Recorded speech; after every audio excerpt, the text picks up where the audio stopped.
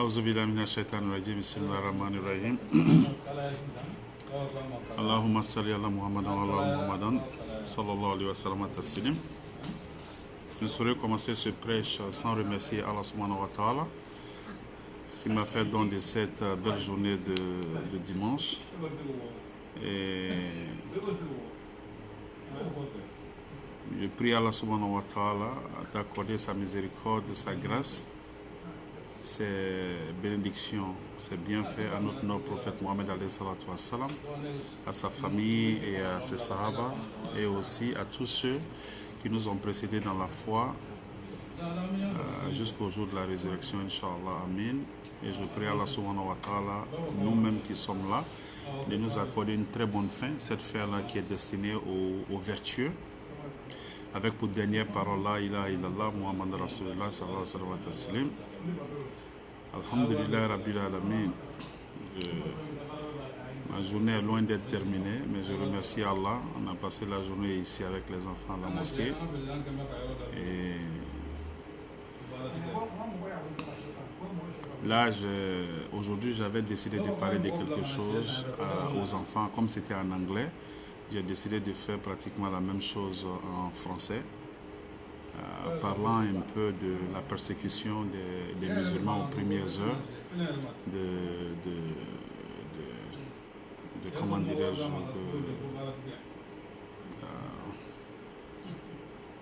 aux premières heures de l'islam. Et les choses étaient vraiment difficiles.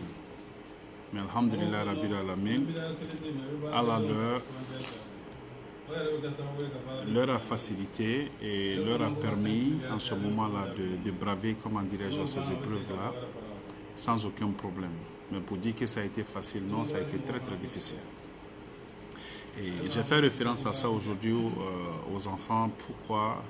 C'était pour dire à ces enfants-là que nous enseignons ici pratiquement tous les week-ends par la grâce d'Allah, jusqu'où eux et nous qui sommes là aujourd'hui, jusqu'où nous sommes bénis d'avoir la liberté que nous avons d'exercer et de pratiquer notre religion sans aucune crainte, sans aucune pression et sans aucune contrainte. Ce n'était pas le cas au début.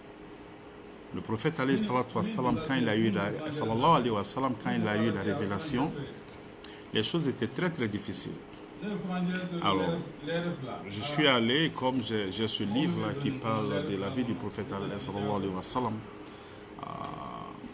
je me suis retrouvé à cette page-là, parce que comme on le dit, la connaissance, ça ne vient pas brusquement. Tu prends le temps et tu prends le temps d'apprendre, tu prends le temps de savoir ce que c'est que ta religion, tu prends le temps de t'instruire.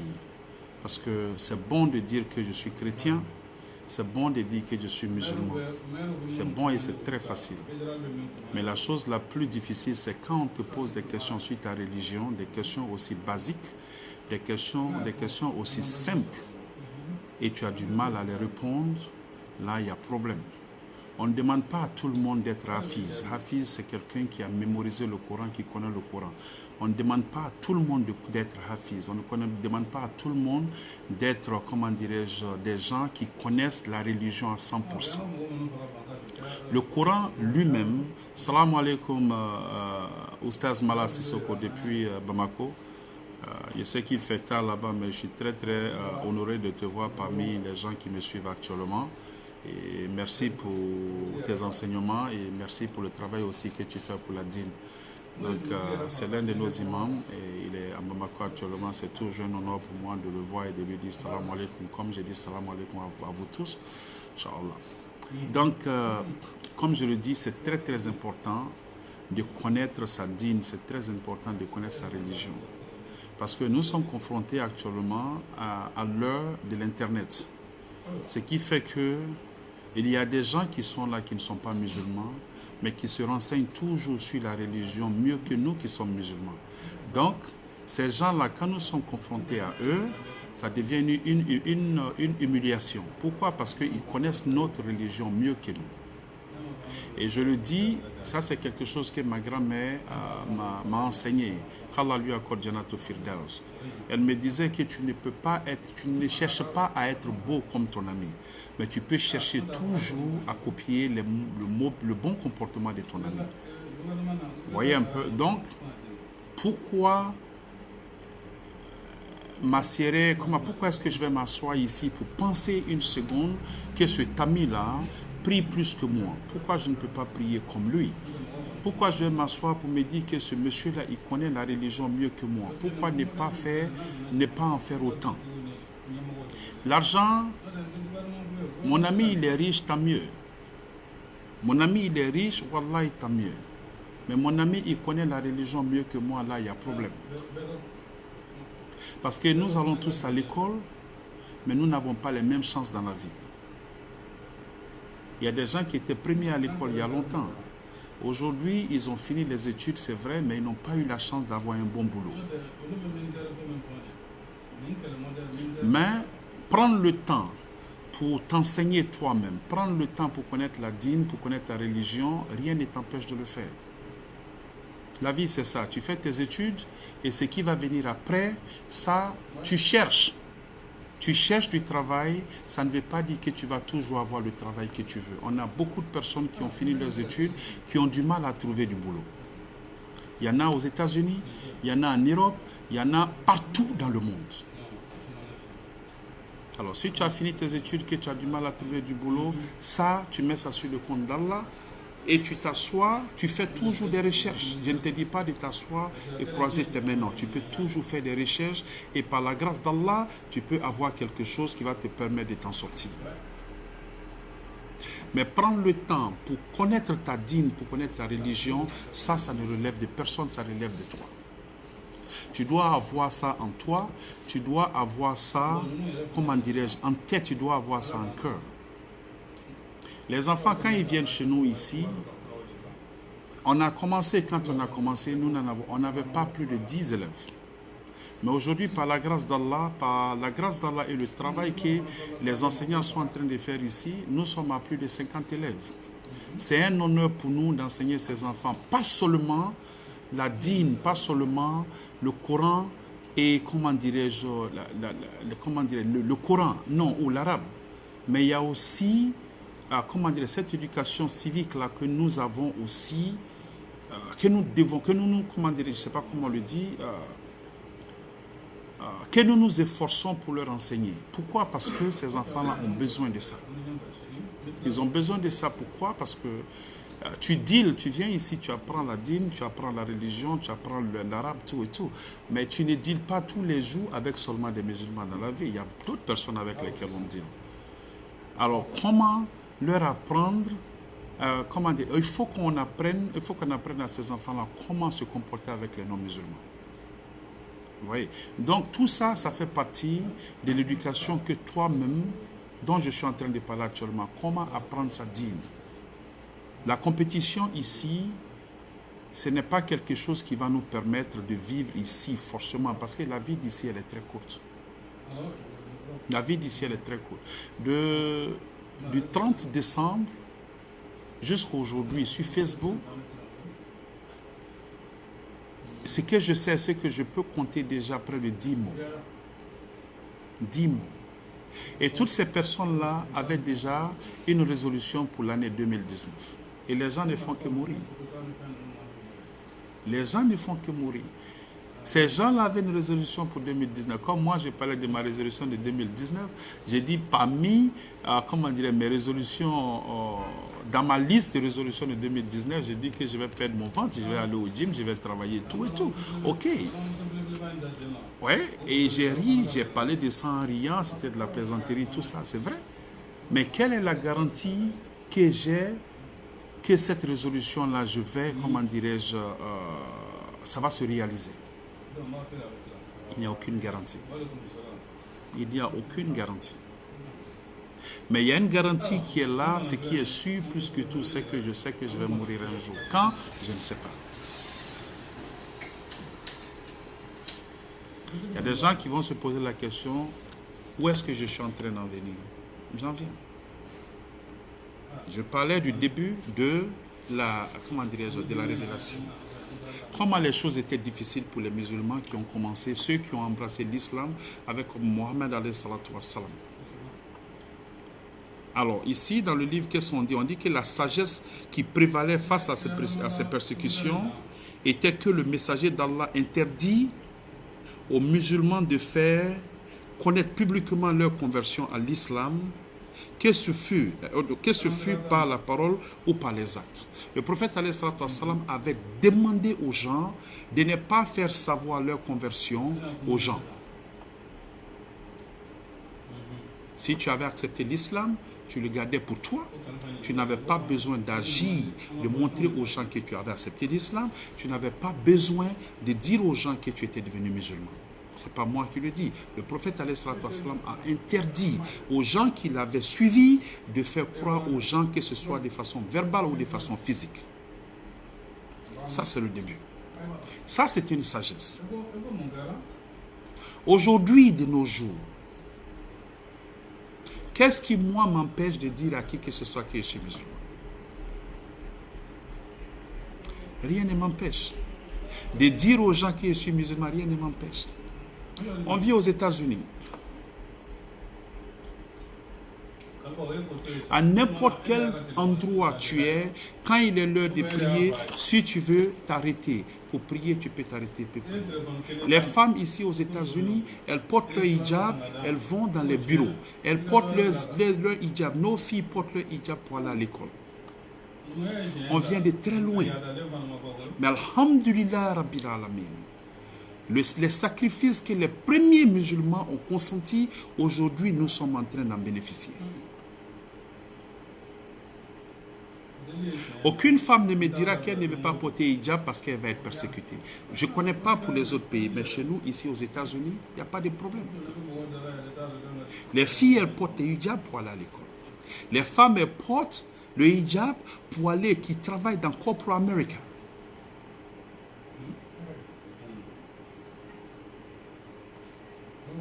Oui. Tu vas même dans les bureaux d'immigration. Il y a des femmes qui sont là-bas, qui sont à hijab et qui travaillent là-bas.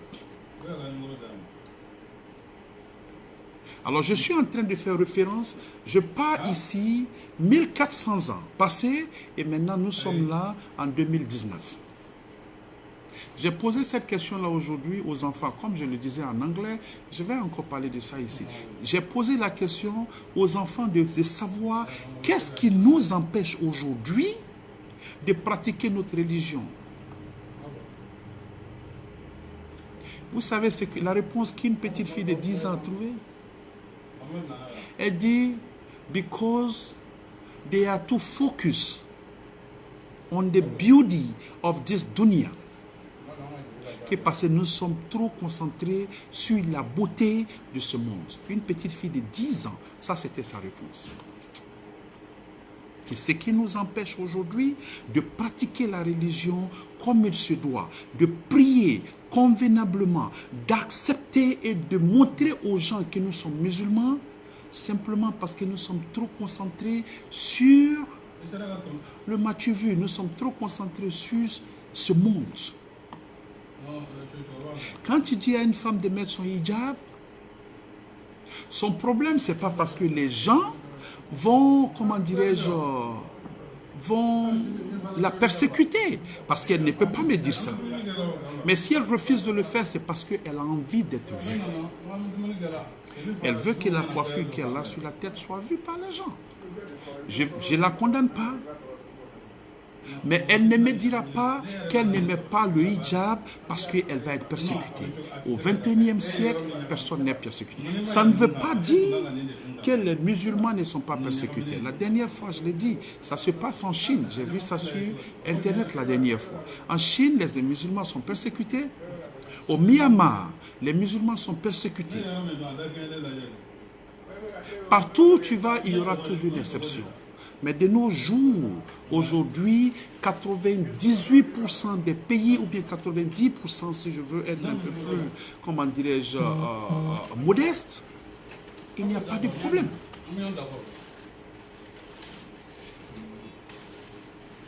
Les femmes sont libres de s'habiller comme elles veulent. Maintenant, ma question, c'est de savoir qu'est-ce qui nous empêche, nous, en tant que musulmans, de nous comporter comme des bons musulmans.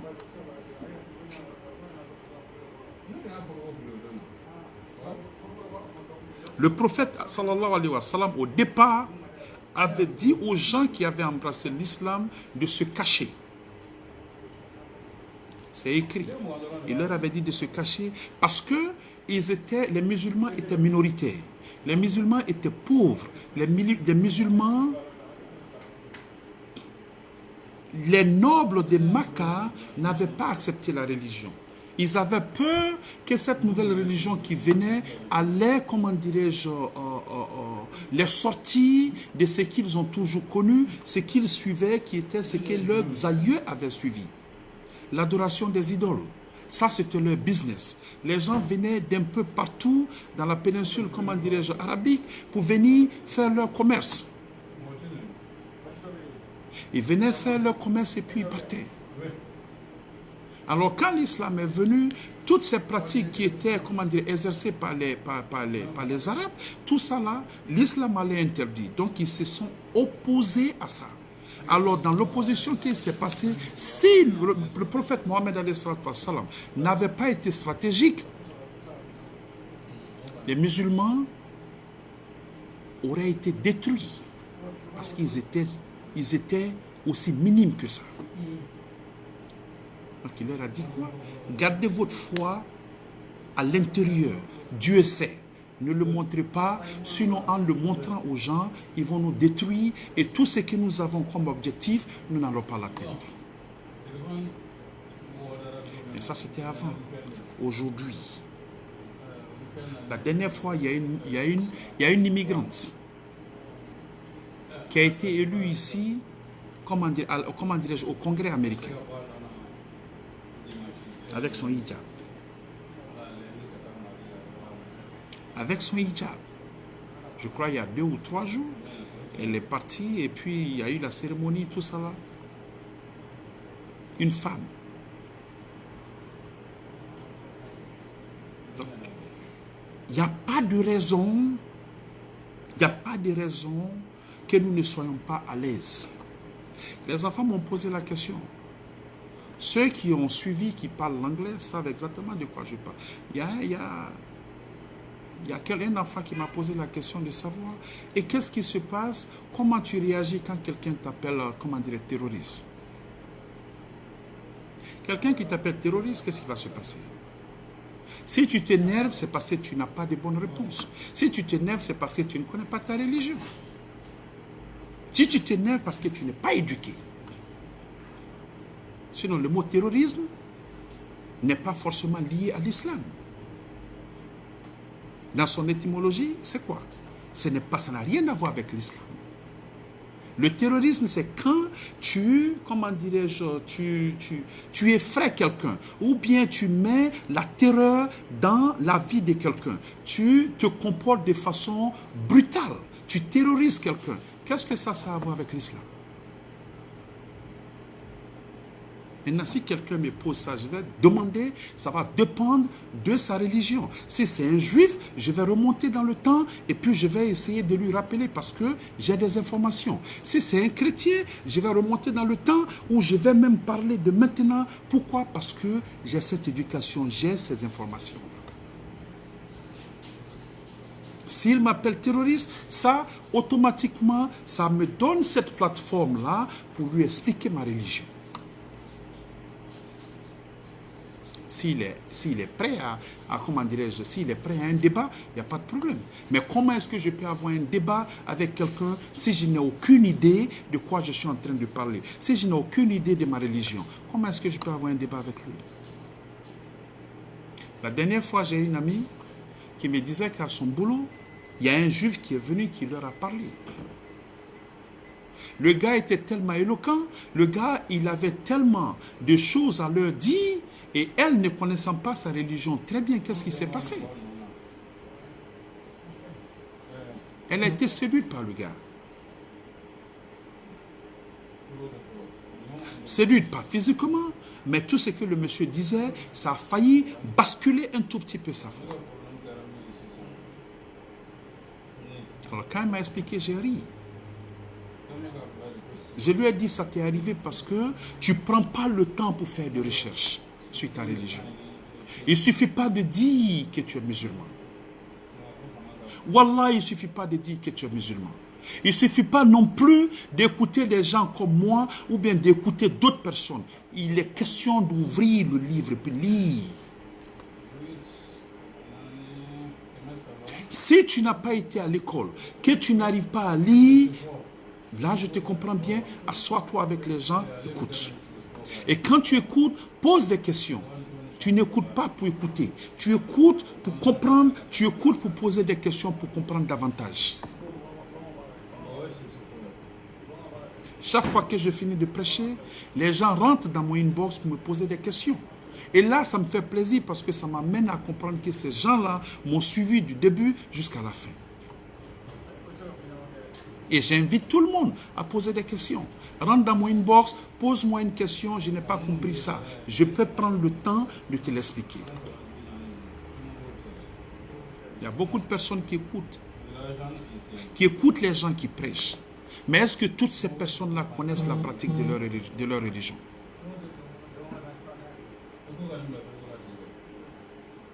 Est-ce que toutes ces personnes-là connaissent la pratique de leur religion? Je parlais aux enfants tout à l'heure, quand il était l'heure de prier Asr. Je leur ai dit quoi? J'ai dit qu'à partir du moment où tu t'arrêtes dans ton tapis de prière, tu dis à takbir et puis tu dis Allahu Akbar, tu te dis que tu n'es plus en conversation avec moi, ni ton papa, ni ta maman, ni ton enseignant, ni ton patron. Tu es en conversation directe avec Allah subhanahu wa ta'ala. Ça demande quoi? Ça demande de la concentration. Ça demande de la concentration. Mais quand tu es arrêté dans ton tapis de prière, et c'est toi qui es en train de regarder à droite, c'est toi qui es en train de regarder à gauche, c'est toi qui n'es pas concentré, ta tête est ailleurs. Ça dit que tu es pressé de finir ces quelques rakats que tu as, et puis tu te lèves parce qu'il y a quelque chose d'autre qui t'attend. Là, il y a problème. Le petit nous a expliqué quelque chose tout de suite. Il a parlé de la fierté, l'orgueil. Il a parlé de l'orgueil et puis il a parlé de quoi? De, comment dire, bankruptcy. Bankruptcy, c'est quand tu perds tout. Quelqu'un qui avait l'argent, qui avait son business, maintenant, les choses commencent à mal marcher, il a des dettes, tout et tout, il va voir, comment dirais-je, la banque, il dit, bon, je n'ai plus les moyens de payer ça, mes revenus, c'est plus comme avant, les choses sont difficiles, donc tu sais quoi, je n'ai plus rien. Et quand le petit est en train d'expliquer, j'ai beaucoup aimé pourquoi, parce que ce qu'il a dit, c'est sensé. Il dit le jour de Yawm al-Qiyamah, tu ne veux pas être perdant. Tu ne veux pas être perdant, pourquoi? Parce que ici, tu peux être l'un des plus bons musulmans connus de tout le monde. Tu donnes la zakat, tu fais le hajj, tu fais beaucoup de choses. Mais c'est toi qui, au même moment, opprime les gens autour de toi. C'est toi qui, au même moment, n'as de considération pour rien d'autre. Tu penses que tu es au-dessus de tout le monde. Tu penses que le monde tourne autour de toi. Le jour de la résurrection, qu'est-ce qui va se passer? Comme le petit est en train d'expliquer. Tu te retrouves et Dieu est prêt à te dire, ok, il faut aller au paradis. Et qu'est-ce qui se passe? On te dit non. Il y a des gens qui vont venir parce qu'il y a des gens auxquels tu as fait du mal sans t'en rendre compte. Maintenant, si on doit sortir l'argent que tu dois aux gens, on doit sortir le tort que tu as causé aux gens, on doit sortir combien de personnes tu as opprimées, on doit sortir tous ces hacks-là de toi tes bienfaits, tu vas te retrouver les mains vides le jour de Yawm al-Qiyamah. C'est de ça l'enfant est en train de partir. Alors quand on nous dit qu'il y a beaucoup de personnes qui prient régulièrement, qui sont des bons musulmans, mais qui sont des musulmans, parce qu'un bon musulman sait ce que c'est que le tort, le bon musulman sait ce que c'est que, comment dirais-je, la décence, le bon musulman sait ce que c'est que bien se comporter avec les autres. Le bon musulman sait ce que c'est que se comporter même avec le bien, avec même le non-musulman. Donc il y a des gens qui prient. Et le jour de Yawm al-Qiyamah, ils seront perdants. Perdants pourquoi? Parce que le travail qu'ils ont fait ici, peut-être qu'il était bon, mais à côté de ça, le mal qu'ils ont fait, sans pour autant demander pardon, quand ils vont se retrouver là-bas, les gens là vont venir, tout le monde va être interpellé et chacun d'eux va venir prendre un peu du bien que toi tu as fait. Mais Dieu, si tout le monde prend, toutes les personnes auxquelles tu as causé du tort, si toutes ces personnes-là doivent venir retirer quelque chose de toi, ton bien, ce n'est pas l'océan. Ton bien ne peut pas être aussi grand que l'océan. Alors si tout le monde doit venir chercher un peu, sortir un peu de ce que toi tu as fait comme mal, de toi, ton bien, tu vas te retrouver les mains vides. Tu vas te retrouver les mains vides. C'est ça la grande perte, le jour de Yawm al-Qiyamah. C'est ça la grande perte parce que tu vas te poser la question de savoir, Ya Allah, mais pourquoi j'ai fait tout ça? Oui, tu as fait tout ça, mais les gens qui sont venus, tu les vois aussi.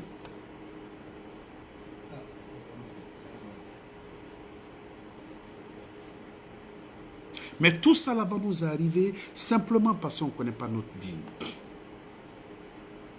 Le prophète avait demandé aux gens de garder leur iman en eux, de ne pas le montrer ni de façon verbale ni de façon physique. Simplement parce qu'il avait un plan, il avait un objectif. Il ne voulait pas que les koufars contrecarrent tout ce qu'ils avaient. Tout ce qu'il avait en tête pour les musulmans. Et quand ça a chauffé, qu'est-ce qui s'est passé? On a envoyé un premier groupe où? À Abyssinie. Abyssinie, aujourd'hui, c'est ce qui est connu comme l'Éthiopie. Ils ont fui la persécution.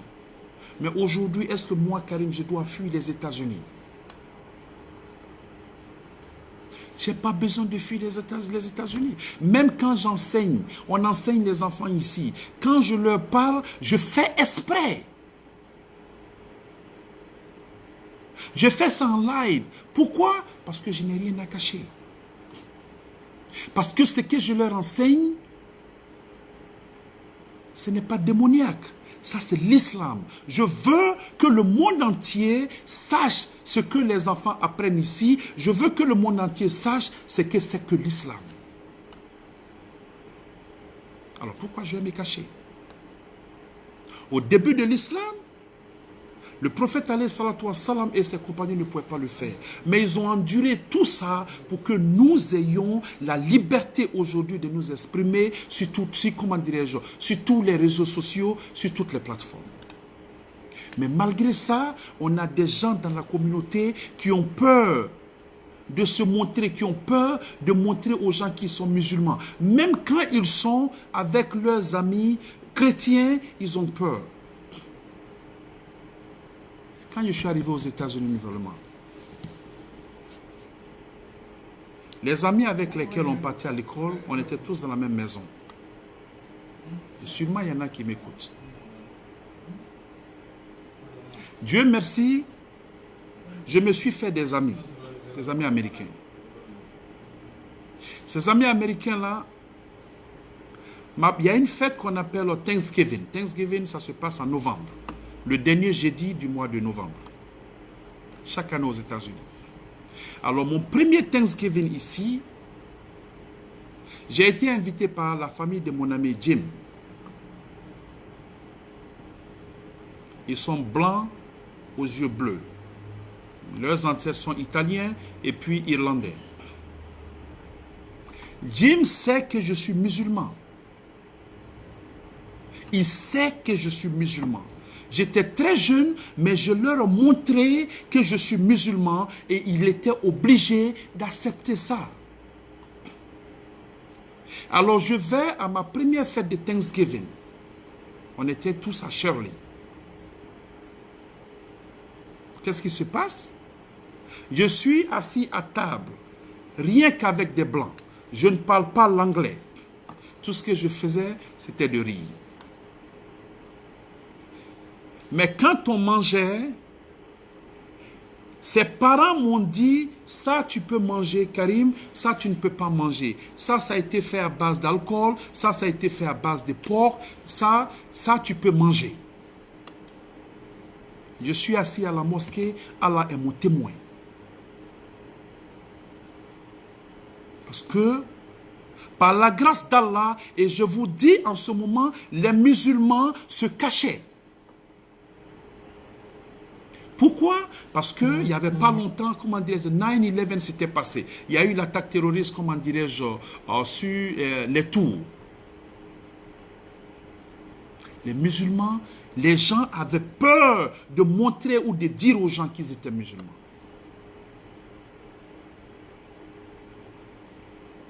J'ai dit à tous ceux qui étaient autour de moi, aujourd'hui je le dis, ce n'est pas par ostentation, je le dis, Alhamdulillah Rabbil Alamin.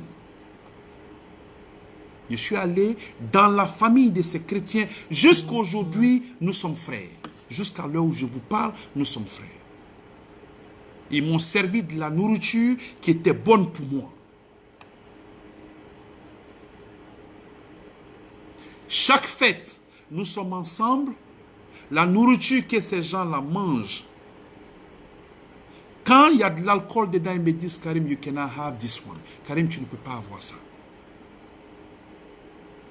Je vais au mariage de mon ami Jim avec sa femme Kara. Je suis avec ma femme, je me suis marié avant lui.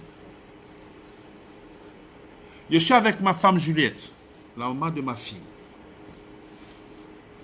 Je suis le seul noir à la réception. Je suis assis et il y a, comment dirais-je, il y a cette fille-là, cette dame-là qui vient me voir, qui me demande, are you Karim Bakayoko? Je lui dis oui. Elle me demande, did I pronounce your name right? Elle me pose la question de savoir si je suis Karim Bakayoko. Je lui dis oui. Elle me demande, est-ce que j'ai bien prononcé votre nom? Je lui dis oui. Et ceux qui étaient à la table avec moi, on a tous commencé à rire. Je lui demande why? Pourquoi? Elle me dit, because I've been told by the couple who is getting married that you are Muslim, that everything you eat has to be halal. Subhanallah. Et je lui demande pourquoi. Elle me dit parce que j'ai été informé par les mariés que vous êtes musulmans et que ce que vous mangez c'est halal.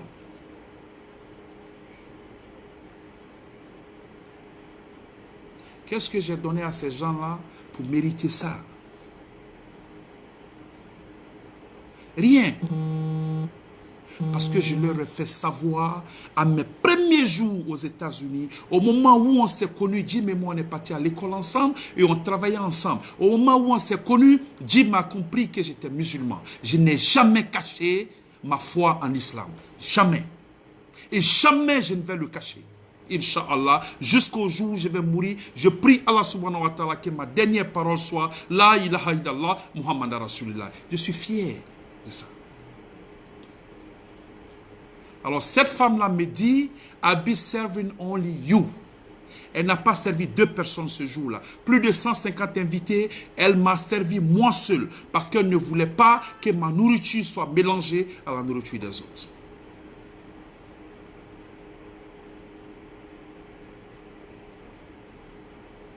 Maintenant, parlez-moi. Vous et moi, on se regarde et on se parle. Ça, c'est aux États-Unis, après septembre 11.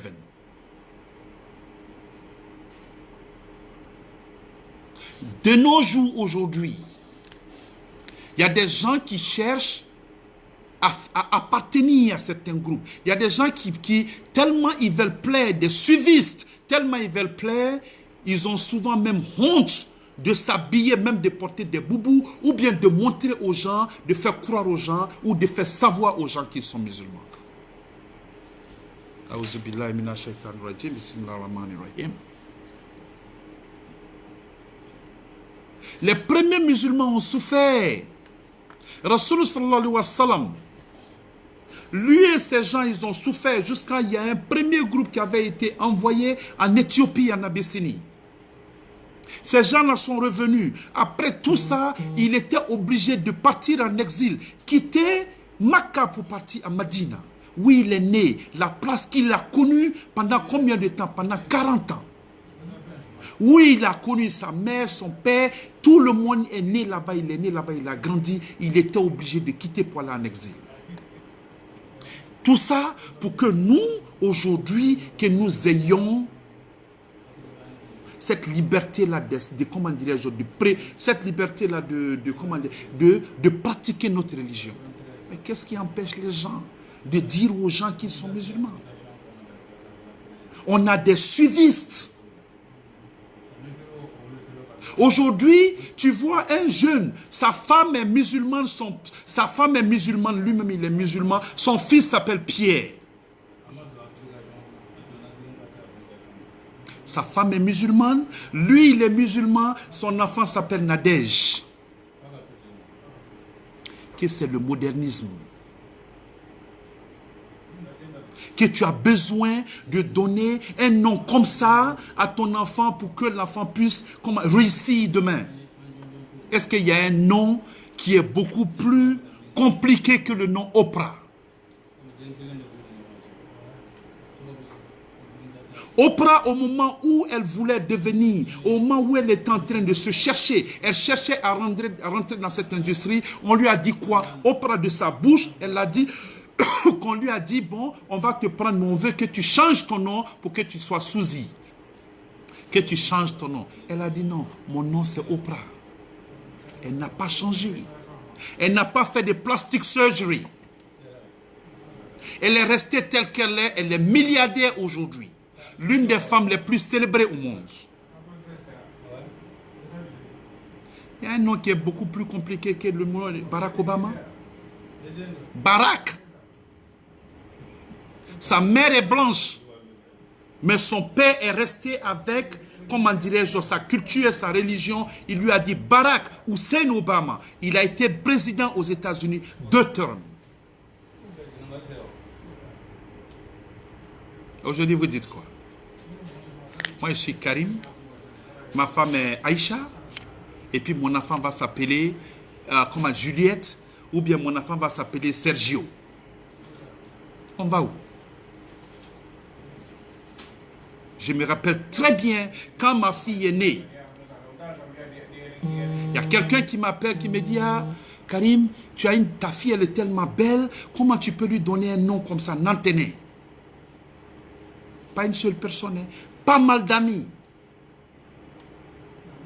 J'ai dit à un personnellement, j'ai dit, par respect pour mon père, par respect pour mes parents, je ne vais pas insulter ton père cette fois-ci. Mais si tu me répètes ça encore, je vais te dire comment tu es né. Si toi, tu as oublié d'où tu viens, moi, Karim, je sais qui je suis, je sais où je suis né, je sais d'où je viens. J'ai dit le nom Nantené, que tu trouves que ma fille est mieux, dont tu trouves que ma fille est mieux que, je suis ce que je suis grâce à Nantené. Ma grand-mère, qu'Allah lui accorde Janatou Firdaus. J'ai dit, j'ai prié toute mon adolescence, qu'Allah me bénisse avec une fille. Même si c'est un seul enfant qu'Allah va me donner, qu'Allah, que cet enfant-là soit une fille, pour que je puisse donner son nom à ma grand-mère, pour lui montrer jusqu'où je lui suis reconnaissant et je lui serai reconnaissant toute ma vie. Qu'un bâtard comme celui-là m'appelle pour me dire que non, le nom que tu as donné à ta fille est trop jolie pour le nom Nantené. Vous voyez comment certains d'entre nous sont perdus? Vous voyez comment certains d'entre nous sont perdus?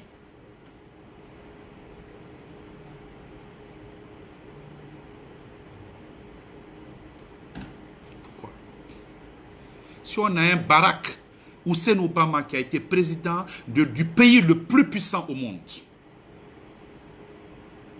Si on a une femme qui a un nom aussi bizarre que Oprah Winfrey, qui est célébrée aujourd'hui, l'une des femmes les plus célébrées au monde, avec des noms bizarres comme ça, qu'est-ce qui vous amène à penser qu'un nom Nantené, un nom Aïcha, un nom, comment dirais-je, Djené, peut être aussi diffamatoire ou bien peut être aussi un handicap pour nos enfants dans le futur? Quoi? Mais tout ça là, ça arrive parce que tu as oublié d'où tu viens.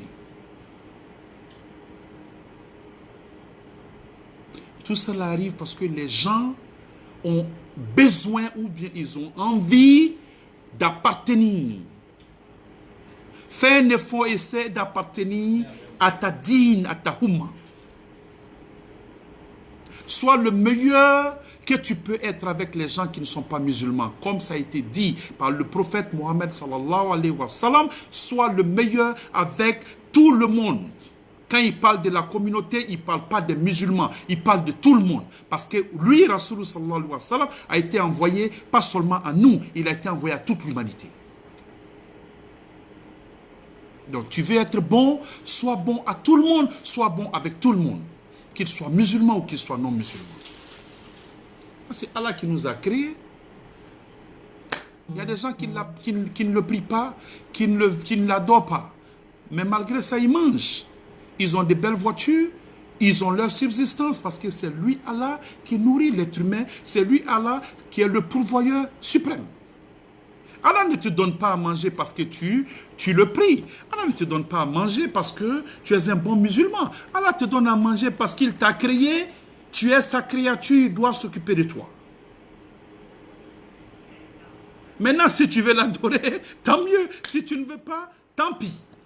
Il va te donner à manger. Le jour de la résurrection, quand tout va être décidé, là, il pourra te parler. Pour le moment, il ne dit rien. Allah l'a dit. Il dit que je laisse les gens faire ce qu'ils ont envie de faire parce que tout a été régi selon un terme fixé. Et quand ce terme-là va arriver, rien ne va la journée, n'est-ce pas? Et rien ne va le retarder. Pourquoi est-ce qu'on a peur? Pourquoi? Quand je devais avoir mes papiers, pour mes papiers aux États-Unis, je suis allé, c'est cette organisation qu'on appelle Catholic Charity, la charité catholique. Je suis allé chez eux, c'est des chrétiens, c'est des catholiques. Quand j'étais en train de remplir mes papiers, qu'est-ce qu'ils ont dit?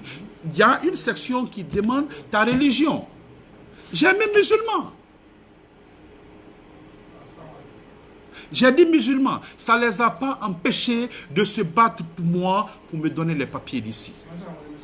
Des catholiques. Mais vous vous cachez de qui? Vous vous cachez de qui? Les premiers hommes ont souffert pour nous sortir du ténèbre.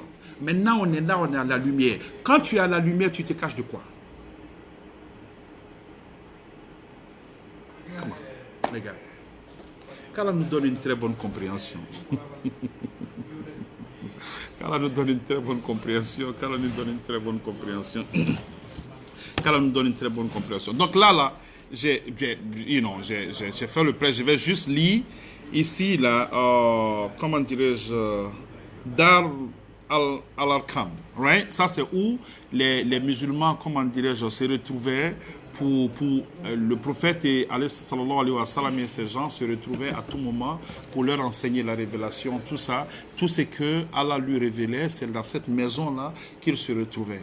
Pour éviter la persécution, pour éviter d'être exterminés, pour éviter d'être menacés, d'être frappés, parce qu'ils étaient minoritaires. Alhamdulillah Rabbil Alamin, aujourd'hui, nous ne traversons pas les mêmes problèmes que ces gens-là ont traversés avant. Qu'Allah leur accorde Jannat al-Firdaus, qu'Allah les remercie infiniment, les bénisse infiniment pour le travail qu'ils ont fait pour nous. Dans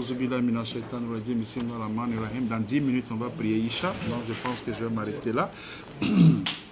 اللهم صل على محمد وعلى ال محمد كما صليت على ابراهيم وعلى ال ابراهيم وبارك على محمد وعلى ال محمد كما باركت على ابراهيم وعلى ال ابراهيم في العالمين انك حميد مجيد اعوذ بالله من الشيطان الرجيم بسم الله الرحمن الرحيم ربنا تقبل منا انك انت السميع العليم ربنا ولا تحملنا ما لا طاقة لنا به واعف عنا واغفر لنا وارحمنا انت مولانا فانصرنا على القوم الكافرين ربنا لا تزغ قلوبنا بعد إذ هديتنا وهب لنا من لدنك رحمة انك انت الوهاب ربنا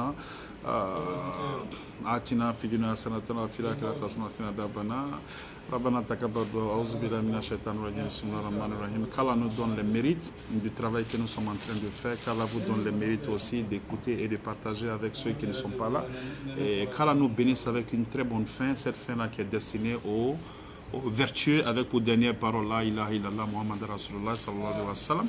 qu'Allah nous donne une très bonne compréhension, qu'Allah nous comment dirais-je, bénisse avec ce cœur-là qui nous permettra de voir le meilleur aux gens au lieu du contraire. Le cœur qui nous permettra de voir le bon, le meilleur aux gens que de voir le mauvais aux gens. Ce cœur-là qui nous permettra de pardonner aux gens et de vivre notre vie de façon décente. Ce cœur-là qui nous permettra, Inch'Allah, de faire attention à tout ce que nous disons et à tout ce que nous faisons. La vie est très courte. Aujourd'hui, nous sommes le 5 ou bien le 6 janvier. Les gens que nous connaissons qui sont décédés, Wallahi billahi ta'ala, ils sont nombreux. Et ça va continuer. Ce prêche-là peut être moi, mon dernier prêche. Wallahi billahi ta'ala, je ne maudis pas mon âme. Je ne dis pas que je suis prêt à partir. Je vous ai dit la dernière fois. Si quelqu'un n'est pas prêt à mourir, c'est moi, Karim, parce que j'ai trop de choses à faire. J'ai commis trop de péchés. Je suis toujours là en train de demander pardon à Dieu pour qu'il me donne beaucoup plus de temps pour que je me rachète. Mais ça peut être mon dernier prêche. Alors qu'Allah nous donne une très longue vie avec une santé de fer, qu'Allah nous permette, Ya Allah, d'être de très bons musulmans assidus et que Allah nous facilite aussi l'accomplissement des 5 prières journalières et qu'Allah nous, comment dirais-je, évite, comment dirais-je, la consommation de l'alcool et de la drogue, que les enfants que nous avons, qui sont nés et qui ne sont pas encore nés, qui vont naître, à Allah, que ces enfants-là grandissent tous pour devenir des bons ambassadeurs de notre dîne, que nous-mêmes qui sommes ici, que nous soyons aussi des bons ambassadeurs de notre dîne, qu'Allah nous préserve contre la paresse, qu'il nous préserve contre la pauvreté, qu'il nous préserve contre les mauvaises maladies et qu'il nous donne une très bonne fin. Que tous ceux qui nous ont précédés dans la foi, à commencer par le prophète Mohammed sallallahu alayhi wa sallam, sa famille et tous ses sahaba, qu'Allah leur accorde Jannatul Firdaus, que les prières que nous faisons tous les jours et toutes les nuits, que ces prières-là soient de la lumière pour eux, que ces prières-là soient de la miséricorde pour eux, que ces prières-là soient, Ya Allah, de la baraka pour eux, que ces prières-là soient des bénédictions pour eux, que ces prières soient des bienfaits pour eux, là où ils sont, jusqu'au jour de la résurrection. Et que le travail que nous sommes en train de faire, que ce travail-là, à travers ce travail, que le prophète Mohammed sallallahu alayhi wa sallam puisse intercéder auprès d'Allah pour nous le jour de la résurrection, Inch'Allah, Amen. Que nous soyons de très bons ambassadeurs de l'islam, que nous soyons de très bons ambassadeurs pour l'islam. Et qu'Allah nous bénisse tous, nous les hommes, avec des femmes vertueuses, et qu'il bénisse aussi nos soeurs avec des hommes vertueux, des hommes qui ont la crainte d'Allah, Inch'Allah, Amen. Et que le travail que nous sommes en train de faire, que Allah continue de nous bénir pour ne pas que nous nous fatiguions. Inch'Allah, Amen. La chose la plus difficile, c'est d'être musulman, c'est d'être bon croyant et après te retrouver encore dans un chemin qui n'a rien à voir avec Allah. Alors qu'Allah nous préserve de cette mauvaise fin-là, Inch'Allah, Amen. Et